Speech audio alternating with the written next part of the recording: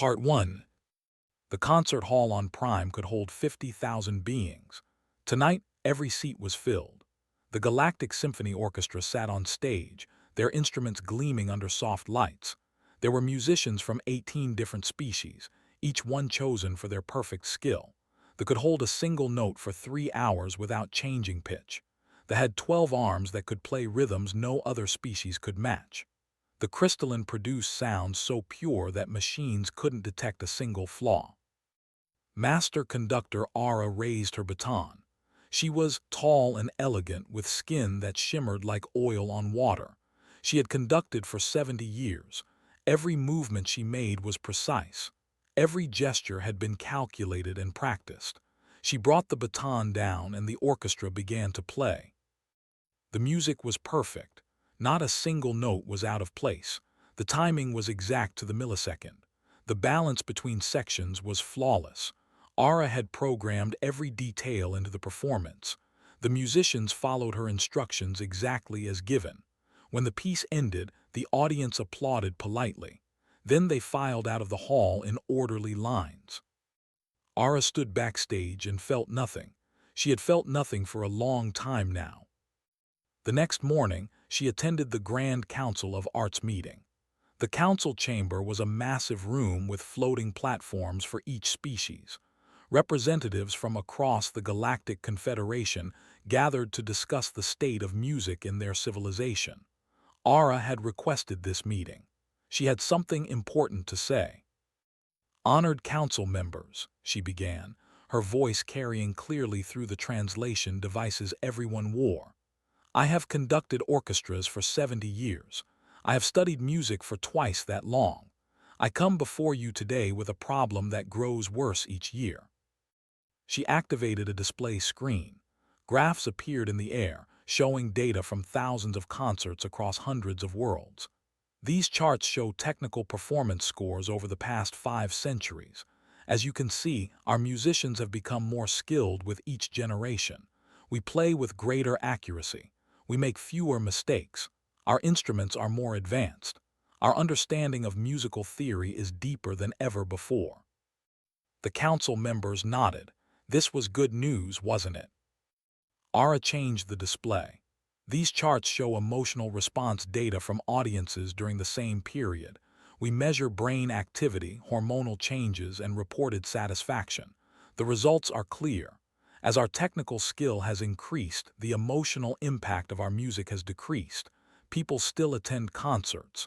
They still appreciate the skill, but they don't feel the music anymore. Not the way our ancestors did.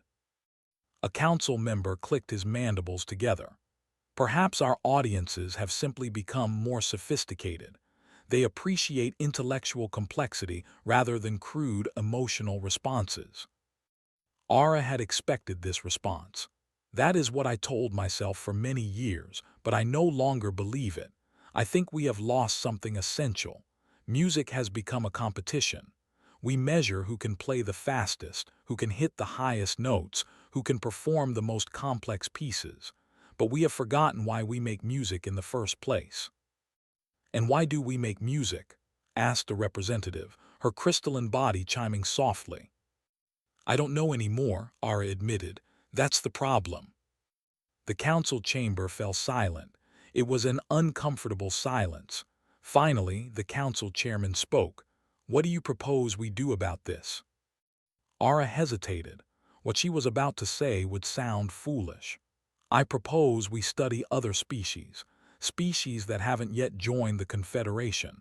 Species that might still remember what we've forgotten." "You want us to learn music from primitive cultures?" The representative sounded offended. "I want us to learn from anyone who still feels their music," Ara replied. The council agreed to let her investigate, though most members seemed skeptical. Ara returned to her office and began reviewing data from pre-contact civilizations. The Confederation monitored hundreds of developing species, studying them but not interfering. Most of these species had music of some kind. Ara listened to recordings from dozens of worlds. Most of it was crude. Simple instruments, basic melodies, poor recording quality. Nothing impressive. Nothing that could teach the Galactic Symphony Orchestra anything useful. Ara was beginning to lose hope when her assistant made a mistake. The assistant, a young named Pitch, was organizing files when he accidentally played the wrong recording. Sound filled the office before he could stop it. It was a transmission from a planet called Earth. The recording quality was terrible, full of static and interference. The music itself was chaotic. Musicians missed their entrances. Someone played a wrong note. The tempo wavered uncertainly. "Sorry, Master Conductor," Pitch said, reaching to turn it off. "Wait," Ara said, "leave it on." She listened more carefully. The piece was something called a symphony, written by a human composer named. The performers were students, judging by their skill level. They were struggling with the music. And yet something about the recording made Ara lean forward in her chair. The piece reached its final movement. A melody emerged, simple and strong. The humans called it Ode to Joy. The student orchestra began to play with more confidence. Then something happened that Ara couldn't explain. The human conductor, visible in the video portion of the transmission, began to move differently. Her gestures became larger, more passionate. Her face was wet with tears, but she was smiling, and the orchestra changed. The students sat up. They played louder, stronger. They were still making mistakes, but somehow those mistakes didn't matter anymore. The music had caught fire. When the piece ended, the audience in the recording exploded with applause. People were standing, cheering, some of them crying too. The students were hugging each other. The conductor was laughing and crying at the same time. Ara watched the recording 3 more times. Then she called an emergency council meeting. "I've found something," she told the council members. "I need you to watch this." She played the recording of the human students. The council members watched in silence. When it ended, no one spoke for a long moment. "They're terribly unskilled," the representative finally said. "Yes," Ara agreed. "They made countless errors," added the representative. "Yes," Ara said again. "Then why did you show us this?" asked the chairman. Ara looked at each council member in turn. "Because when was the last time any of you cried during a concert? When was the last time music made you want to stand up and cheer? When was the last time you hugged another musician after a performance?" The council chamber was quiet again, but this time it was a different kind of silence. It was the silence of beings who suddenly realized something important. "What were those humans feeling?" the representative asked softly. "I believe the word they use is joy," Ara said. "Pure joy. They weren't thinking about playing perfectly. They weren't competing with each other. They were just making music together because it made them happy." "We have forgotten how to do that," the chairman said. "It wasn't a question." "Yes," Ara said, "but maybe they can teach us to remember." The council voted immediately. It was unanimous. They would send a delegation to Earth. They would learn from the humans, despite their primitive technology and simple music, because the humans had something the Galactic Confederation had lost somewhere along the way. They had joy. Part 2. Dr. Sarah was in her usual spot when the world changed. She stood in front of 30 middle school students in a converted warehouse in Chicago's South Side. The building wasn't fancy. The instruments were old and repaired many times. Half the music stands wobbled, but Sarah loved this place more than any concert hall she'd ever performed in. "Okay, from the top," she called out. "And remember, I don't want to hear perfect notes. I want to hear you actually feeling the music. Maria, you're playing those violin parts like you're afraid of them. Be brave. Make mistakes loudly." The students laughed and started again. They were playing a version of Spring from 4 Seasons. It wasn't perfect. It was never perfect. But Sarah could hear them getting more confident, finding joy in the sounds they made together. She was so focused on the rehearsal that she didn't notice the man in the dark suit standing in the doorway. When she finally saw him during a break, she assumed he was from the school district. They were always sending people to evaluate programs that might get cut from the budget. "Can I help you?" she asked. "Doctor, my name is Agent Martinez. I'm with a government agency. I need you to come with me." Sarah's first thought was that she was in trouble. Had she forgotten to pay some tax? Was there a problem with her work visa renewal? But Agent Martinez's expression was strange. He looked nervous and excited at the same time. "What's this about?" she asked. "I can't explain here. Please, it's important. And it's not bad news, I promise." Sarah told her students to practice on their own and followed Agent Martinez outside. A black car was waiting. As they drove through Chicago, Agent Martinez handed her a tablet. "I need you to watch this," he said. The video showed what looked like a press conference, but the beings at the table weren't human. Sarah stared at the screen. She'd seen movies with aliens before, but this was different. These were real. The video was from yesterday. Alien ships had appeared in orbit around Earth. They came in peace. They wanted to make contact, and they had a very specific request. They wanted to meet human musicians. Sarah watched as a tall, shimmering alien spoke through a translation device. "We are the Galactic Confederation. We have observed your species for some time. We do not usually make contact with civilizations at your level of development, but we have encountered a problem that we believe only humans can help us solve. We have forgotten how to make music with joy. We wish to learn from you." The car stopped at a military base. Sarah was escorted through several checkpoints into a hangar. Inside the hangar was a ship. It didn't look like any human technology. It was beautiful and alien and slightly terrifying. "Doctor," a voice said behind her. Sarah turned and found herself face to face with something from another world. The being was tall and elegant, with skin that shifted colors like oil in water. She wore something that might have been a formal robe. "I am Master Conductor Aura," the alien said. Her mouth didn't move, but Sarah heard the words clearly through a small device someone had clipped to her collar. "I have traveled very far to meet you." "Why me?" Sarah asked. Her voice came out as a whisper. "We have studied many human musicians. You are known for teaching students to feel music rather than just perform it. You left prestigious positions to work with young people in difficult circumstances. Your students love making music. That is what we need to learn." "I don't understand. You have spacecraft. You have technology that we can't even imagine. What can I possibly teach you?" Ara gestured toward the ship. "Come with me to Prime. Let me show you. If you choose not to help us after you see our world, I will bring you home immediately, but I hope you will stay." Sarah thought about her students. She thought about her apartment and her cat and her normal life. Then she thought about the look on Ara's face.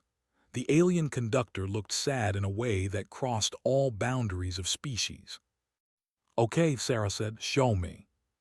The journey took 3 days, though Ara explained that they were traveling much faster than light and time was strange between stars. Sarah spent most of the trip learning about the Galactic Confederation and trying not to panic. Ara was patient with her questions and her fear. When they arrived at Prime, Sarah pressed her face against the viewing window and gasped. The planet was beautiful in ways she had no words for. Cities glowed with soft light. Structures that might have been buildings or might have been art rose toward the sky. Everything seemed designed for beauty and function in equal measure. They landed at the Conservatory of Arts, the most important music school in the galaxy. Sarah was given a comfortable room and time to adjust. The next morning, Ara took her to observe a rehearsal. The concert hall was enormous. The orchestra on stage included beings from a dozen different species. Their instruments were unlike anything Sarah had seen. Some looked organic. Others seemed to bend light and space. When they began to play, Sarah heard sounds that made her want to cry and laugh and feel things she had no names for. But something was wrong. She couldn't put her finger on it at first. The musicians were incredibly skilled. Every note was perfect. The balance was flawless. But as she listened, she understood what Ara meant. The music was empty. It was like watching someone paint by numbers. All the right colors in all the right places, but no soul behind it. When the rehearsal ended, Ara asked, "Do you see it?" "Yeah," Sarah said. "I see it. They're playing the notes, but they're not making music." "Exactly. Can you help us?" Sarah looked at the alien orchestra. They were so advanced, so skilled. How could she possibly teach them anything? But she remembered her middle school students. She remembered the joy on their faces when they played together. "I can try," she said. Her first rehearsal with the Philharmonic was a disaster. Sarah stood on the podium, feeling tiny and inadequate. The musicians looked at her with expressions she couldn't read. She raised her baton and started conducting a simple piece. The orchestra played perfectly. Every note was exact. Every rhythm was precise. It was awful. Sarah stopped them. "Okay, that was technically good, but I need you to play it with more feeling. This section here, play it like you're remembering something happy from your childhood." The being stared at her. Finally, a musician raised four of his arms. "Please define the exact frequency modulation required for childhood happiness." Sarah blinked. "What? No, I mean just feel it. Remember something that made you happy when you were young and let that feeling come through in your playing." "How do feelings affect sound production?" asked the violinist. Sarah realized the problem was bigger than she'd thought. These beings didn't just struggle with emotional playing. They didn't understand the concept at all. She tried for 2 more hours. Nothing worked. The orchestra could play anything she asked for technically, but they couldn't make it mean anything. Sarah finally dismissed them, exhausted and discouraged. That evening, Ara found her in her room. "I'm sorry," Sarah said. "I don't know if I can do this." "Tell me about your first day of rehearsal," Ara said. "Tell me what went wrong." Sarah explained. As she talked, Ara listened carefully. When Sarah finished, the alien conductor was quiet for a moment. "I think I understand the problem," Ara said. "We have approached music as a technical skill to master. You approach it as an emotional language to speak. We need to learn that language from the beginning." "How?" Sarah asked. "Tomorrow, start differently. Don't ask them to play music. Ask them to tell you about themselves." The next day, Sarah gathered the orchestra in a smaller, more informal space. Instead of conducting, she sat among them. "I want to try something different today," she said. "I want each of you to tell me about the first time you heard music, not the first time you played it, the first time you really heard it and felt something." The musicians looked confused. Sarah waited. Finally, the bass player spoke. "I don't understand the question. I was assigned to music when I was young because my genetic scores indicated aptitude." "You didn't choose music?" Sarah asked. "Choose? No, I was trained in it." Sarah looked around the group. "Did any of you choose music because you loved it?" Silence. And in that silence, Sarah understood everything. Part 3. Sarah didn't sleep that night. She lay in her quarters on an alien world, thinking about what she'd learned. These beings had turned music into a job, a skill, a competition. Somewhere in their long history, they'd lost the connection between sound and feeling. They'd optimized the joy right out of their art. She thought about her grandmother, who sang off-key while cooking but made everyone smile. She thought about her first piano teacher, who told her that wrong notes played with love were better than right notes played with none. She thought about her middle school students, who would never play in a famous orchestra but who felt every note they played. By morning, Sarah had a plan. She started the rehearsal differently. "We're not playing any written music today," she announced. "Today we're going to play a game." The orchestra looked alarmed. "A game?" the musician asked. "Yes, I want you to close your eyes and think of a sound from nature. Any sound. Wind, water, thunder, birds, whatever exists on your home world. Just one sound. Then I want you to try to make that sound with your instrument." They hesitated. This wasn't music. This wasn't following a score. This was chaos. "Please," Sarah said gently. "Trust me, just try." One by one, the musicians began to experiment. The sounds were strange at first. A tried to imitate wind through crystals, a attempted from her home world. The percussionist created something like rain on stone. None of it was perfect. All of it was interesting. Good, Sarah said. Now listen to each other. When you hear a sound you like, join in. Don't think about it too much, just respond. Something began to happen. The wind sound met the rain sound. They blended. The added texture. The musicians stopped thinking and started listening. A cellist made a sound like deep water and three others spontaneously harmonized with it. It wasn't written anywhere. It just felt right. For 5 minutes, the orchestra played without structure or rules. When it ended naturally, the musicians sat in stunned silence. "What was that?" Ara asked. She had been watching from the back of the hall. "That was improvisation," Sarah said. "That was you making music instead of performing it." She worked with them for weeks. Each day brought new exercises. She had them play their emotions, numbing feelings and trying to express them through sound.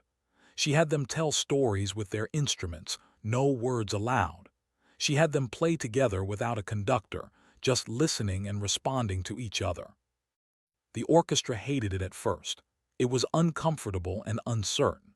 But slowly, something changed. A violinist named Shine started arriving early to experiment with her instrument in new ways. The bass player, Thrum, asked Sarah about human music history. Others began composing small pieces, not for performance but just to see what they could create. Then came the breakthrough. Sarah asked each musician to play their happiest memory. Most of them claimed they didn't have one. They didn't understand what happiness had to do with memory, but Sarah insisted. Thrum volunteered to go first. He thought for a long moment, his color shifting uncertainly. Then he began to play. The sound was like wind through crystal canyons, clear and pure, but it wavered slightly, modulating in ways that weren't technically perfect but were emotionally true. "My parents sang that song when I was newly emerged," Thrum said quietly. "I had forgotten it until now." He kept playing, and then something beautiful happened. Shine joined in, her strings adding harmony. She wasn't following a score. She was responding to the emotion in Thrum's playing. Another musician added rhythm. Another added texture. Within minutes, the entire orchestra was playing together, building something spontaneous and alive. Sarah stood watching with tears running down her face. This was it. This was what music was supposed to be. Word spread across Prime. Other orchestras asked for human teachers. The conservatory requested more humans. Earth's music schools, which had been struggling for funding and respect, suddenly became the most important institutions in the galaxy. Ships arrived from dozens of worlds, all seeking human conductors and teachers. But Sarah was careful about who she sent. Not every human musician understood what the aliens needed. She looked for teachers who still remembered why they fell in love with music. She found retired conductors who had left prestigious positions because they wanted to teach kids. She found jazz musicians who improvised with joy. She found church choir directors and wedding band leaders and street performers, people who made music for love, not for applause. The Galactic Confederation scheduled a new concert. The Millennium Concert had been planned for 2 years from now, but they moved it up. They wanted to show the galaxy what they were learning. Sarah stood backstage on the night of the concert, more nervous than she'd ever been. The hall held 50,000 beings from across the Confederation. Ships in orbit transmitted the concert to hundreds of worlds. Billions would watch. If this failed, it would be a disaster for Earth and for the alien musicians who had worked so hard to change. Ara found her in the wings. "Are you ready?" "I have no idea," Sarah admitted. "Are they ready?" "I don't know, but for the first time in my life I don't care if we're ready. I care that we're excited." The lights dimmed. Sarah walked onto the stage, followed by the Philharmonic. The orchestra was different now. It included alien musicians from across the galaxy and 6 humans who played traditional Earth instruments. The mix of species and sounds should have been chaos. Maybe it would be. Sarah raised her baton. She looked at each musician. They looked back at her with something new in their eyes: anticipation, eagerness, joy. She brought the baton down. The piece they played was something the orchestra had composed together over the past month. It blended musical traditions from 20 worlds. There were passages where human cellos sang with harmonics. There were sections where percussion danced around crystal chimes. The structure was loose, with spaces for improvisation. It wasn't perfect. There were moments where the timing wavered. Once a brass section came in slightly early. A string player briefly lost their place, but none of that mattered. The music breathed. It lived. It felt. Sarah glanced back at the orchestra during a soft section. Thrum was swaying slightly as he played. Shine had her eyes closed, lost in the music. A human flutist was smiling. They weren't performing. They were making music together because they wanted to. In the audience, beings who hadn't moved during a concert in decades began swaying with the rhythm. Young aliens who had been taught to sit still and appreciate music intellectually found themselves tapping their appendages and claws and tentacles. Music was becoming something felt instead of just analyzed. The final movement built to a crescendo. Sarah threw herself into conducting with everything she had. The orchestra matched her energy. They played louder, stronger, pouring emotion into every note. When Sarah brought them to the final chord, she held it longer than written, letting it ring through the hall until it faded naturally into silence. For a moment nothing happened. Sarah's heart sank. Had she ruined everything? Then the audience exploded.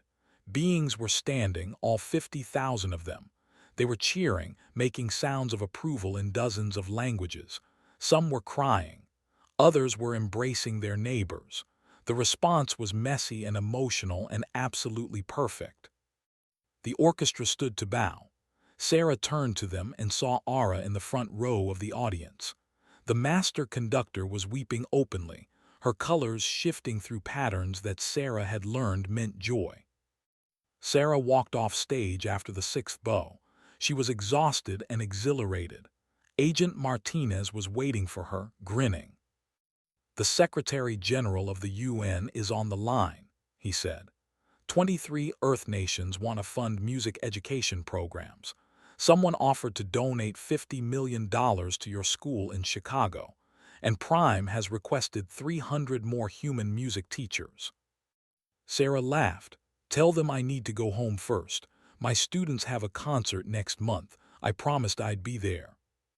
3 weeks later, Sarah stood in her converted warehouse in Chicago. Her middle school students were warming up for their winter concert. Parents and siblings filled the folding chairs. It wasn't fancy. No aliens would watch this performance. There were no spaceships or advanced technology. But as her students began to play, Sarah smiled. They were playing again, still making mistakes, still struggling with the hard parts. But they were playing with joy, the same joy that was spreading across the galaxy.